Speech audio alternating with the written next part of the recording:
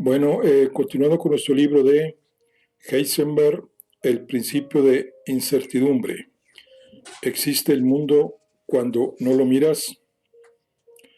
Y vamos a continuar con el capítulo, terminar el capítulo 1.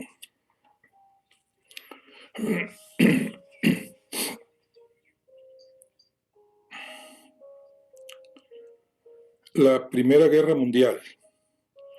La guerra se inició el 1 de agosto de 1914 con el enfrentamiento entre los países de la Triple Entente: Francia, Reino Unido y Rusia, y los imperios alemán y austrohúngaro, implicando después a más países. El conflicto acabó el 18 de noviembre de 1818 y en términos de la vida escolar de Heisenberg abarcó desde el cuarto hasta el octavo curso de secundaria. El comienzo de la guerra fue acogido con entusiasmo por los países implicados en una ola de nacionalismo y unidad que dejó de lado los conflictos sociales existentes. Ningún país se veía como agresor, sino como víctima. Pero lo cierto es que todos llevaban varios años preparándose para la contienda. La estrategia militar alemana pasó por invadir Bélgica, que era país neutral. Los terribles daños originados, materiales y humanos, así como el incendio de la biblioteca de la Universidad de Lovaina, provocaron que los miembros de la Triple Entente desataran una campaña mediática en contra de Alemania, acusada de ser un país de bárbaros, agresores y destructores de la cultura. Así las cosas, un grupo de 93 profesores universitarios alemanes reaccionó con un manifiesto al mundo civilizado, dando por buena la versión del ejército alemán. Denunciaban la campaña de mentiras y calumnias con las que nuestros enemigos intentan empañar el honor de Alemania, y suscribían frases como: si no fuera por el militarismo alemán, la civilización alemana habría sido extirpada hace tiempo. Este manifiesto tuvo una réplica pacifista, escrita por Georg Nicolai, profesor de fisiología de la Universidad de Berlín, pero solo recogió 3 firmas más: la del físico Alberto Einstein, la del astrónomo Wilhelm Forster y la del filósofo Otto Boeck. En su manifiesto a los europeos afirmaban, entre otras cosas, que la guerra difícilmente tendrá un vencedor, probablemente solo perdedores. Hacían un llamamiento a la unidad europea y en una especie de premonición pedían evitar que las condiciones para la paz sean fuente de futuras guerras. Pero el manifiesto de los 93 reflejaba sentimientos mayoritarios en la sociedad alemana y tuvo una gran influencia en el mundo académico. El padre de Heisenberg, como muchos otros profesores, fueron movilizados.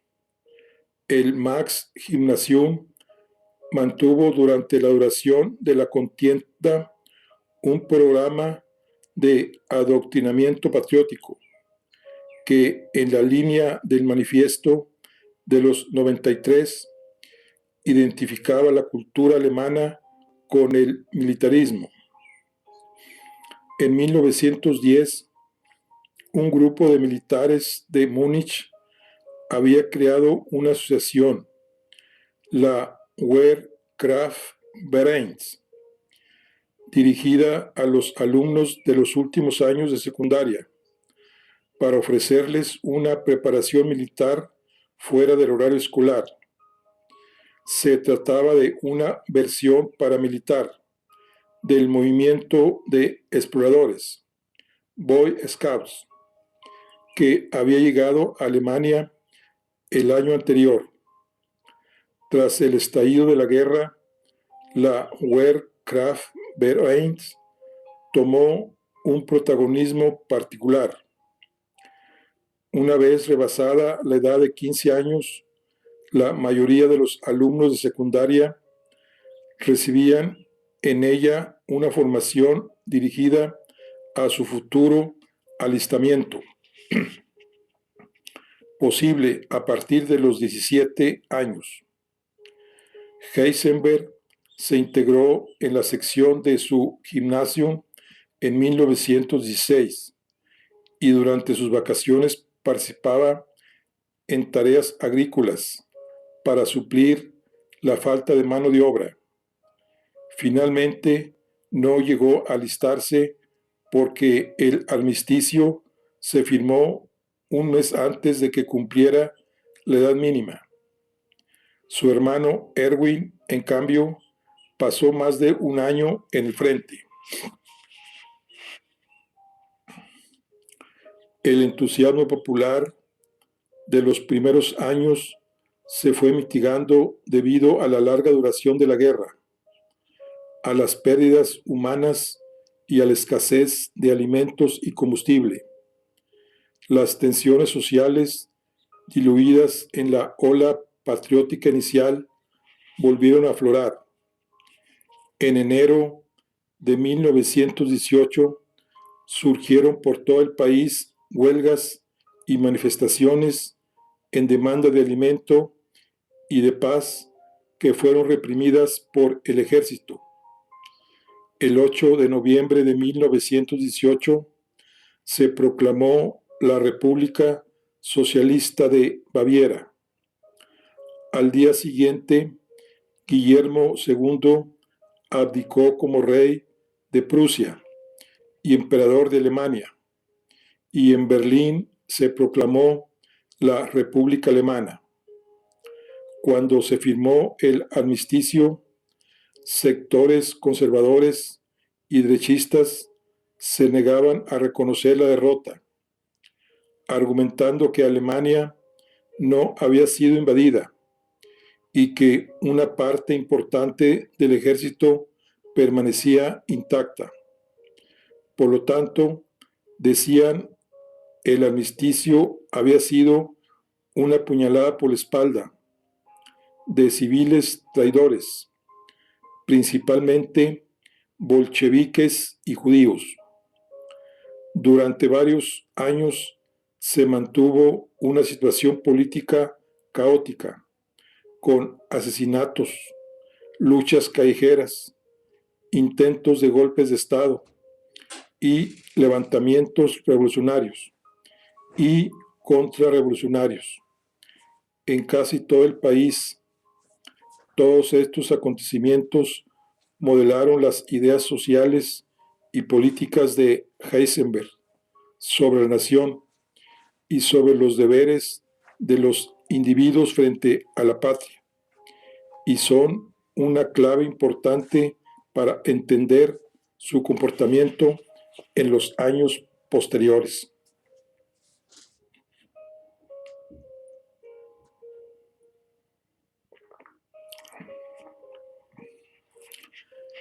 El final de la adolescencia. En Múnich se proclamó formalmente la República Soviética de Baviera en abril de 1919. El gobierno de Berlín mandó unidades del ejército junto con grupos paramilitares para sofocar la insurrección. Estos grupos estaban formados por veteranos de guerra y aventureros de ideas monárquicas o derechistas que se oponían por igual a la República y a la Revolución. Las autoridades universitarias instaron a los estudiantes a que se alistaran en ellos para defender Baviera del bolchevismo. Se impuso un bloqueo económico de Múnich y se empezó a preparar una revuelta desde el interior, en contacto con el ejército sitiador. A través de la Wehrverein fueron reclutados estudiantes de secundaria y Heisenberg fue adscrito de abril a junio a un regimiento gubernamental. Sus tareas eran hacer de guía y de escribiente, transportar armas y llevar a cabo guardias en edificios y lugares estratégicos, o custodiar a los prisioneros, cuyo destino no era ningún secreto. Cuando a principios de mayo las tropas del gobierno controlaron Múnich, hubo más de 1000 fusilamientos en juicios sumarísimos en poco menos de una semana. Como regla general, diría que solo se aprende en las clases donde se plantean problemas. Es esencial que los estudiantes intenten resolver problemas. Limitarse a escuchar sirve de bien poco. Heisenberg, en conversaciones con el historiador T.S. Kuhn, 1963. Al acabar la guerra, diversos grupos juveniles propusieron una renovación de la Wehrkraftverein, alejada del carácter militar y de la tutela de los adultos en que habían estado hasta entonces, para formar los nuevos exploradores, en alemán Neupfadfinder, un grupo de alumnos de Max Gymnasium, del Max Gymnasium, de en torno a los 14 años. Decidió organizarse según el nuevo espíritu y pidió a Heisenberg que aceptara ser su jefe. No deja de llamar la atención que esto sucediera a mediados de abril de 1919, en el cenit de la República Soviética de Baviera. A principios de agosto, más de 200 jefes de grupos de Alemania y Austria se reunieron en un castillo medieval próximo a Ratisbona para debatir sobre la reforma del movimiento juvenil. Los reunidos estaban muy afectados por el desenlace de la guerra. De alguna manera se sentían traicionados por sus mayores, responsables del conflicto y de la derrota, y de una sociedad dominada por la avaricia y la hipocresía. en la que el individuo desaparecía en el anonimato urbano. Propugnaban una vuelta a la naturaleza, cuyos valores fundamentales permitirían restablecer la verdad y la virtud de los individuos y en la sociedad. En muchos aspectos defendían los valores del romanticismo alemán, con frecuentes ataques a la ciencia y al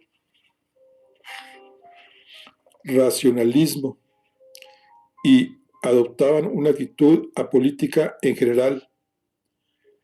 Esta fue la posición de Heisenberg, aunque para él la ciencia, la música, la poesía y la filosofía se situaban en otro plano de la realidad cotidiana y contenían una verdad eterna. Aquí se muestran dos fotografías.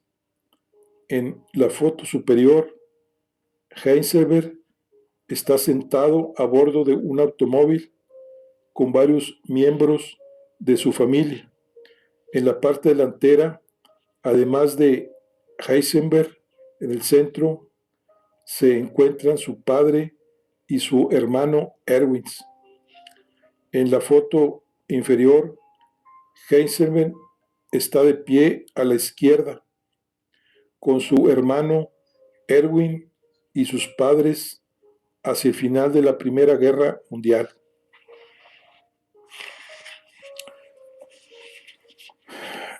El grupo de Heisenberg compartía las ideas de los nuevos exploradores, pero siempre mantuvo su independencia.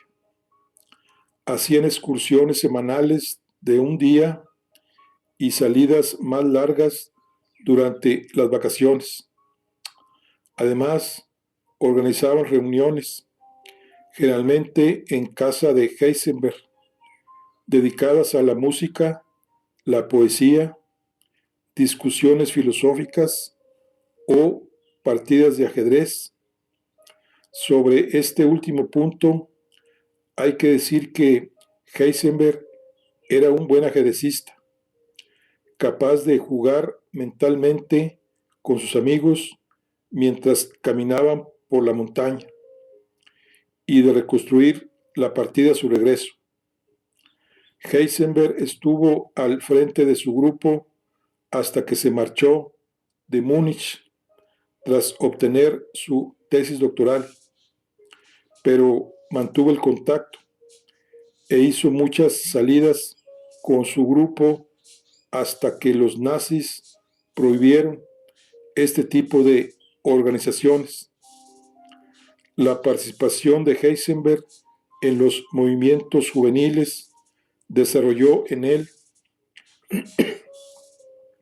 un profundo sentimiento patriótico que ayuda a entender su comportamiento durante y después de la Segunda Guerra Mundial.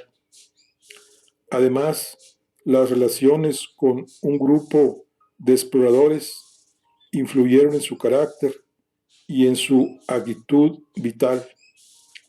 Durante muchos años, Heisenberg parecía un eterno adolescente y tenía a menudo una actitud de Boy Scout, como a veces le decía Wolfgang Pauli en tono irónico.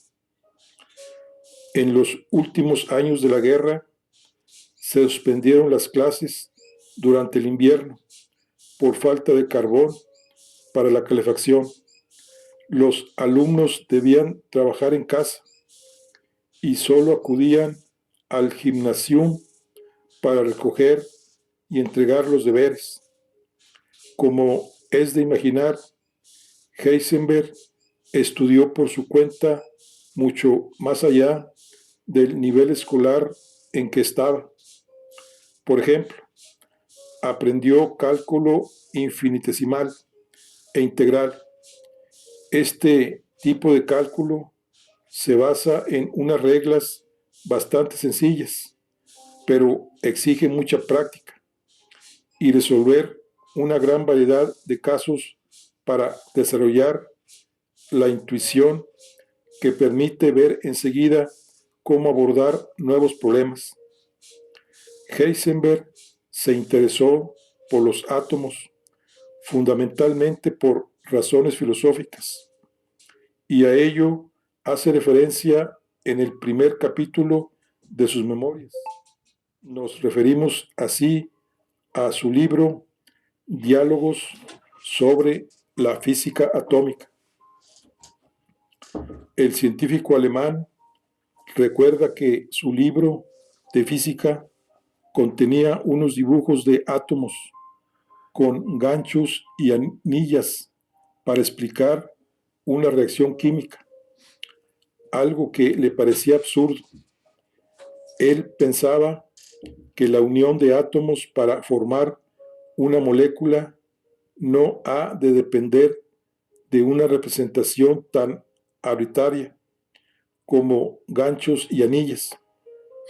Sin embargo, su biógrafo Cassidy afirma que el libro en cuestión no tiene ni ganchos ni anillas.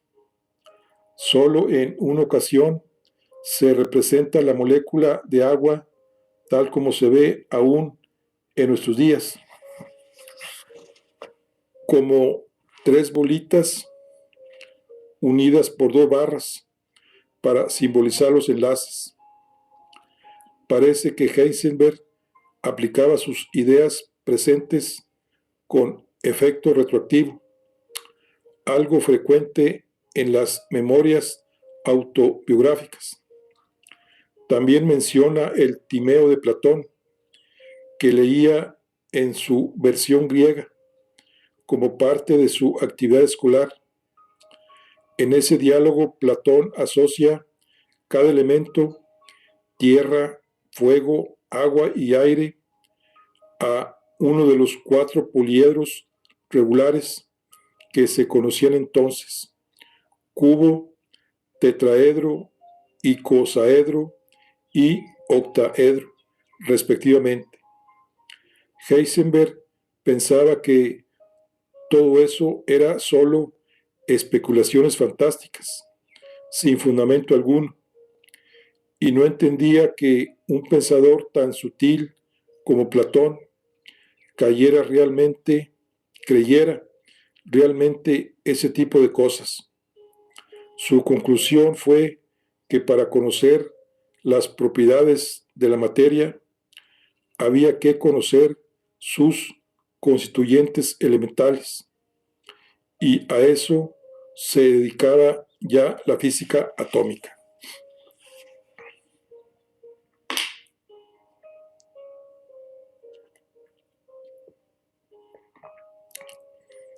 Me fascinaba la idea de que en las partes más pequeñas de la materia se lleguen a encontrar formas matemáticas.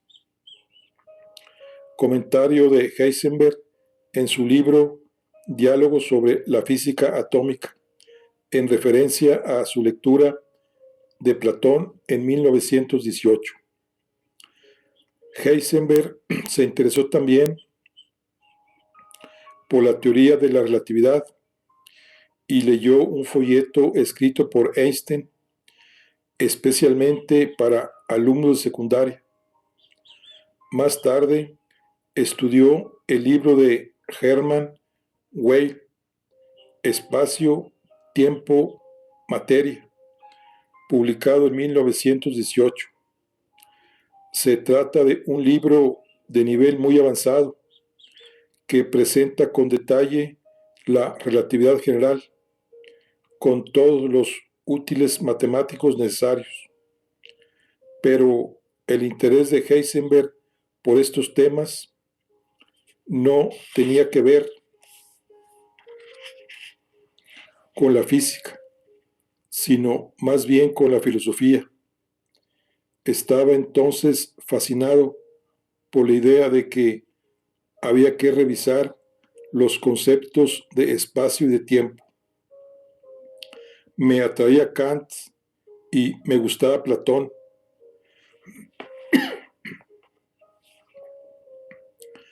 y en parte como filósofo, pero quedé muy impresionado por la manera como Einstein planteó su teoría de la relatividad, por su idea de cambiar el concepto de tiempo, que me había preocupado mucho y que tanto me interesaba.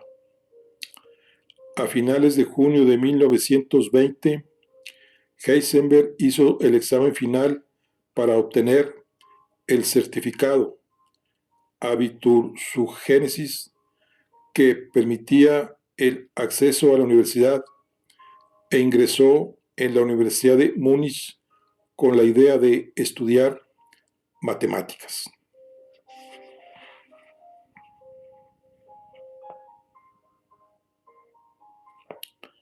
Bueno, aquí concluimos lo que es el capítulo 1, concluimos la charla del día de hoy. Nos vemos en la siguiente. Hasta luego.